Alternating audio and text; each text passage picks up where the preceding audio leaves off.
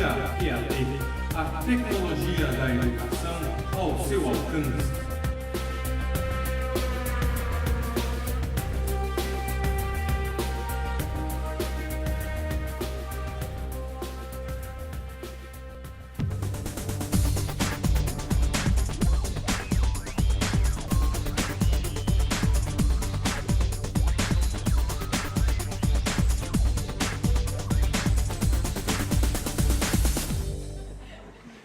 Mas o mais importante foi ter ganho a confiança. E eu só tive essa abordagem diferencial porque a homeopatia me permite isso. Foi ela que me ensinou a entender que cada paciente reage de uma forma diferente. Foi ela que me deu a chance de perceber que essa paciente necessitava de uma atenção diferenciada. E eu dei ela o remédio que necessitava. Ganhei a paciente. Ela me deu um abraço e um beijo no final. Meu Deus, eu fiquei tendo assim, mas de gratidão. Eu ganhei a paciente, ela aderiu. Essa homeopatia é maravilhosa, eu vou divulgar para todo mundo, porque claro que ela sentiu o benefício disso. E isso é que a gente ouve na clínica todo dia. Não é o fato que eu não poderia ter sido resolvido com benzodiazepínico, um diazepam, 5 miligramas, topo ela 60 minutos antes do procedimento e tiro. Eu tinha essa opção.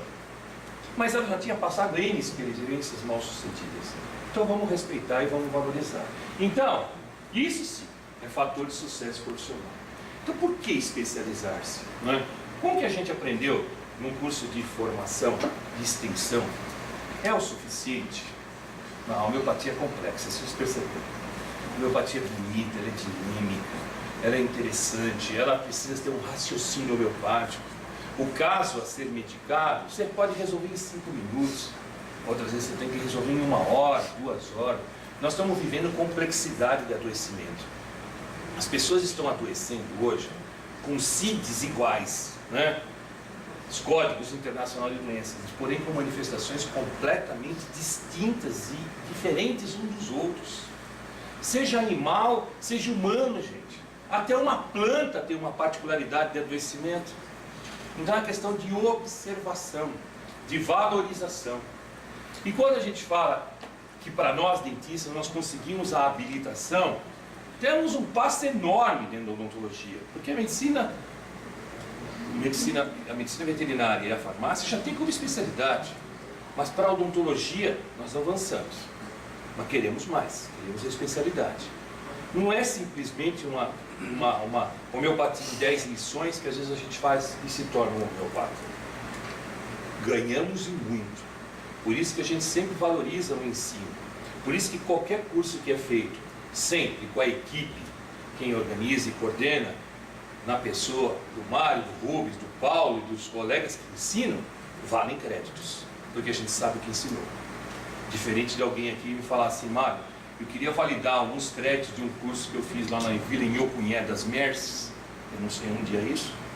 Não sei nem quem é o cara que formou. Então não dá para validar créditos assim. Até porque, como eu disse para vocês, o Brasil tem muita coisa do que se orgulhar. Especialmente da homeopatia, nós temos que aplaudir a ação dos homeopatas em geral no Brasil. Nós exercemos a melhor homeopatia do mundo.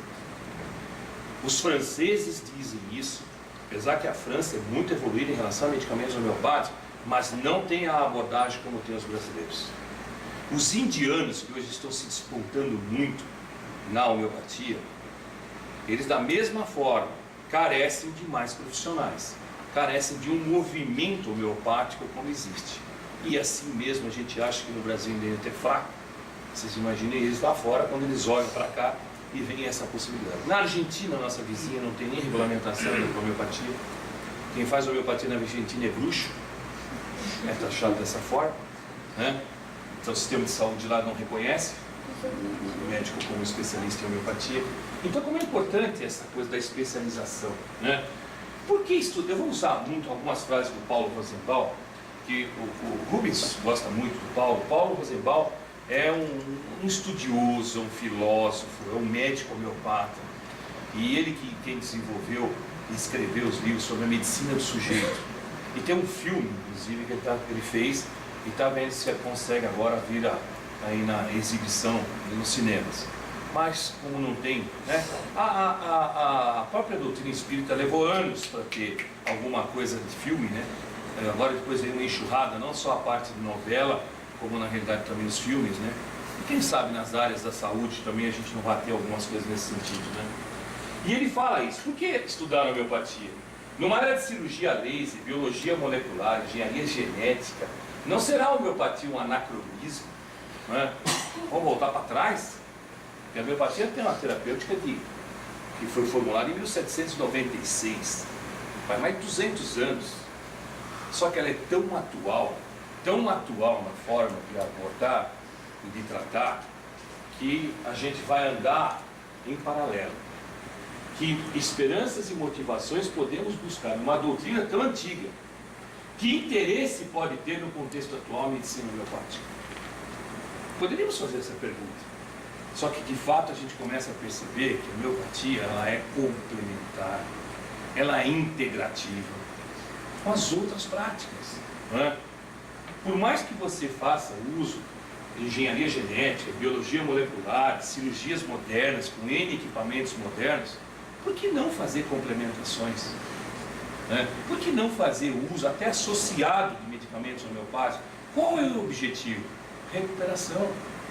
E uma melhor recuperação. O que isso significa? Qualidade de vida. Melhoria da qualidade de vida do indivíduo em função a um procedimento que está sendo submetido. Ele também fala que a homeopatia é uma medicina segura e eficaz.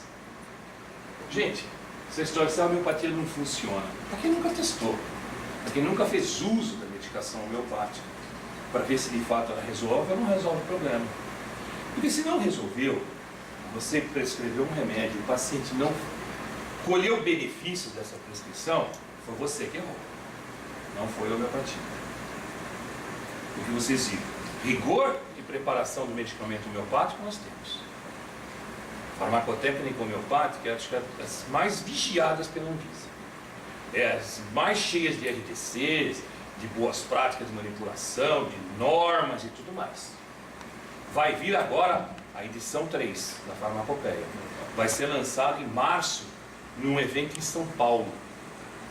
E vão vir todas as equipes, todos os grupos das farmacopeias mundiais para São Paulo, para ser feito o lançamento da terceira edição da Farmacopeia Homeopática Brasileira, que é a normativa, foi aquilo que ali é a cartilha, né?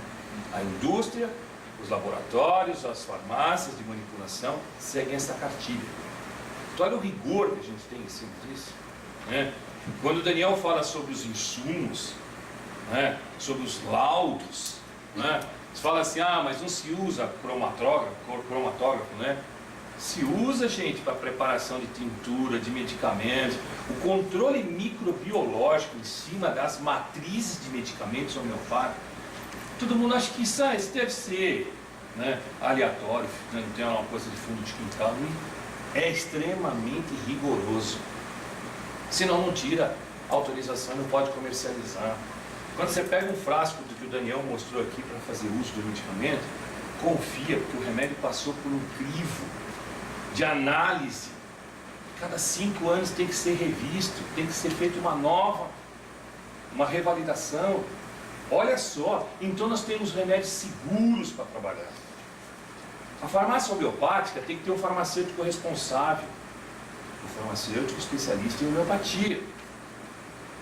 Uma farmácia não manipula medicamento homeopático se não tiver um farmacêutico responsável, especialista em homeopatia, senão não assina a responsabilidade técnica. Convênio médico, para credenciar um médico para atender a homeopatia, tem que ser especialista. E assim, breve vai acontecer na medicina veterinária, que já é uma especialidade, e na odontologia, né? Eu não tenho dúvida. Então nós estamos falando de uma terapêutica eficaz, segura, baseada numa observação clínica, nas narrativas do paciente. O homeopata escuta o que o paciente fala, valoriza a maneira como ele se comporta, o que ele questiona, né? A homeopatia é a medicina da observação. Isso, o autor define a homeopatia como a medicina do sujeito. A doença não existe sem uma pessoa, um sujeito que lhe dá abrigo. A doença não vai sozinha no consultório, vai? Quem leva a doença para dentro do consultório? Não é um indivíduo, não é um sujeito, com as suas particularidades. A doença só existe quando há um ser humano com toda a sua carga de angústia, afazeres e cercado de um meio que pode ser mais ou menos hostil, mais ou menos favorável. Ué, nós não vivemos? As informações não chegam, as notas, os agentes, né? Tudo isso varia muito, mesmo que o nome da doença seja exatamente o mesmo. Eu falei no começo o mesmo CID, mas o medicamento homeopático diferente. De repente todos com a mesma queixa clínica, mas através da análise, da avaliação, do histórico de adoecimento, a gente seleciona um medicamento que tem a maior similitude com a história de adoecimento do paciente. O que queremos dizer afinal é que uma doença não tem autonomia. Ela não vive como uma entidade isolada e o seu habitat pode ser confundido por tantos nomes quanto temos de habitantes no globo. Então eu trato a Dona Maria da Silva, o Sr. Joaquim de Souza, com o mesmo diagnóstico clínico, com a mesma patologia, com a mesma doença, com o mesmo CID, mas de uma forma completamente diferente. Onde um vai tomar pulsativa, outro vai tomar um licopódico, sépia e assim por diante. E isso é que fascina, isso é que nos desafia a cada dia, diante de cada paciente que chega até nós. De uma queixa que às vezes é comum, mas que ela passa a ser individualizada através do momento que eu faço a consulta homeopática e valorizo o que o paciente me conta. Vocês viram uma apresentação de uma consulta didática. Aquela paciente foi submetida a uma consulta homeopática. Você não tem noção o que é para o paciente ficar exposto a uma câmera de vídeo, né? Até ela quebrar um pouco todo o impacto de estar sendo filmado e isso sendo transmitido para o auditório, onde os alunos estavam lá, demorou um tempo, né? Mas isso foi a primeira experiência. Os indianos fazem isso hoje, gente. Nossa, vocês não têm noção a qualidade de vídeo que eles fazem, solicitando a autorização dos pacientes. Ele filma. Então os indianos hoje fazem toda uma abordagem diferenciada, onde o paciente senta, o homeopata senta numa poltrona como se fosse um papo de terapeuta, né? O médico sentado, o paciente sentado, uma câmera do lado do clínico, e ele é orientado que a câmera é de uma forma a registrar o que o paciente está relatando, que isso poderá ser utilizado para efeitos didáticos, né? E o paciente autoriza. E aí você começa a perceber uma certa intimidação inicial, mas depois, consultas de 2 horas, 1h50, 1h30.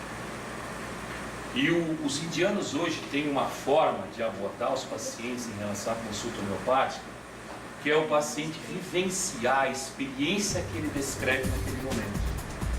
Tem muito de psicologia, tem muito de condutas psiquiátricas, mas qual é o objetivo que o homeopata quer? Extrair exatamente como que o indivíduo sofre e passa por aquele problema.